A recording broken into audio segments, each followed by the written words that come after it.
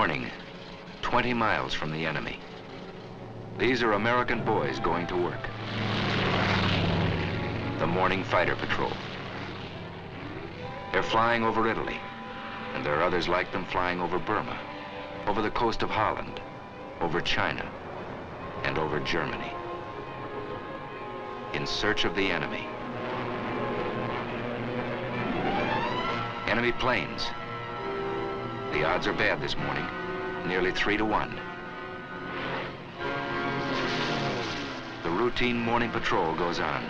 They close the range, 3,500 feet, 3,000, 2,500, 2,000. The odds are still 3 to 1.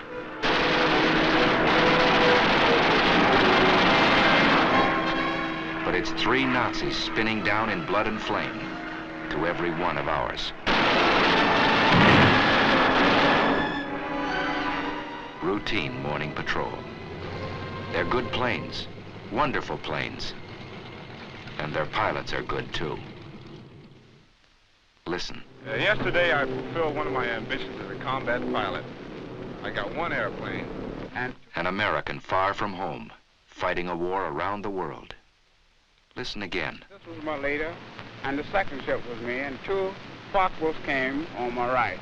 I turned right and put up a stone wall of bullets, and the first... A wall of bullets. It wasn't so long ago these men were students in a university, workmen in a shipyard, just plain citizens from everywhere USA. They changed jobs, hoped they'd get the chance to fly and fight in the air. Some wanted that chance more than anything in the world. Deep inside Alabama is a famous school called the Tuskegee Institute. It was founded on July 4th of 1881. And since that Independence Day, it has graduated many thousands into agriculture, into science, into industry. This school was the first of its kind, and its founder, Booker T. Washington, was a pioneer who broke open a road for others to follow. This man had a dream, and the dream became stone. He lifted the veil of ignorance from his people and pointed the way to progress through education and industry. Close to this school, close to the work this man had done, the United States government determined to build an airfield. 3 years ago, this was just another farm in Alabama. More than trees had to be cleared away. There was misunderstanding and distrust and prejudice to be cleared away. 3 years ago, there was only an idea. But ideas are powerful things. And today, there are fighter planes flying overhead. Instead of swamp and yellow pine, there are hangars, repair shops, barracks. Instead of patches of corn, concrete flight strips. But that's not enough. You can't make a fighter squadron out of concrete and aluminum and a can of paint. It takes men. A chemistry student, a welder, a shoe salesman must learn how to fly. A group of average Americans must become a team of fighting men with wings.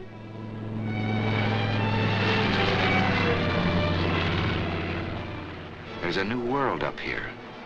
A man has to learn his way around. It takes many weeks of learning to make a fighter pilot. And a lot of that learning is done in a hard wooden chair. Because a fighter pilot is a combination of a mathematician and an athlete. But he flies many hours inside a closed room. In the morning, he may be flying a prescribed course over a sheet of paper. In the afternoon, he may fly the same course above the clouds. He trains his muscles down here very close to the ground, but he'll use the same sense of balance and coordination in the skies above Tuskegee. For this job of flying is never easy, and sometimes it's very, very tough. But he's learning how high and how fast and how far he must go to reach the enemy. Pilotage, dead reckoning, theory of flight, radio code.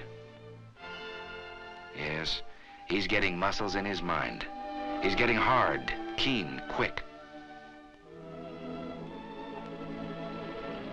He's coming into the clear. Here above the warm, familiar hills of Alabama, these Americans are learning to fly in those tight combat formations they'll use someday to hunt down the German and Jap above his own cities. In addition to fighter groups, a year ago this field began to train men for medium bombers. And that too was a pioneer step. But one thing it proved: you can't judge a man here by the color of his eyes or the shape of his nose. On the flight strip, you judge a man by the way he flies. Here's the answer to Adolf and Hirohito. Here's the answer to the propaganda of the Japs and Nazis. Here's the answer: wings for this man. Here's the answer: wings for these Americans. Squadron after squadron out of Tuskegee, flying P-40s first, tough little planes, then striking with Thunderbolts, P-47s, then riding the Mustangs, P-51s. No, it was never easy for these men. They were pioneers, and no pioneer has it easy. They fought lies, they fought heartbreak, and they won. Now they fight the enemy on his own soil.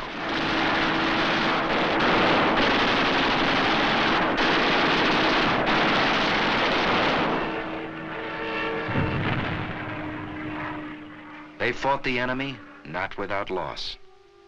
Out of the first class to graduate almost 3 years ago, only a handful are left alive, so that liberty might not perish from the earth. 3 years have passed since the founding of Tuskegee Airfield. 750 pilots have been trained. 50% of them have been in combat. And this is only a beginning.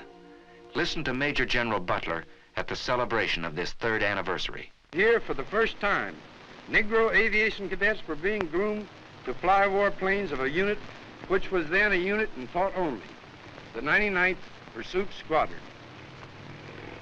These men were pioneers of a venture so new that you who stand here before me now, after 3 years, may still be considered forerunners in the movement which has given you a place in the fighting men of the sky. Under the feet of these men, a new road is being beaten out. Broad enough now for thousands and 10,000s. A good road for our country. These men remember that, marching or flying. They remember backing them up, their families, their friends, who expect so much of them. And backing them up, the men and women of every creed and speech and color who made these planes. And backing them up, the most powerful force in the world, the strength of the American people.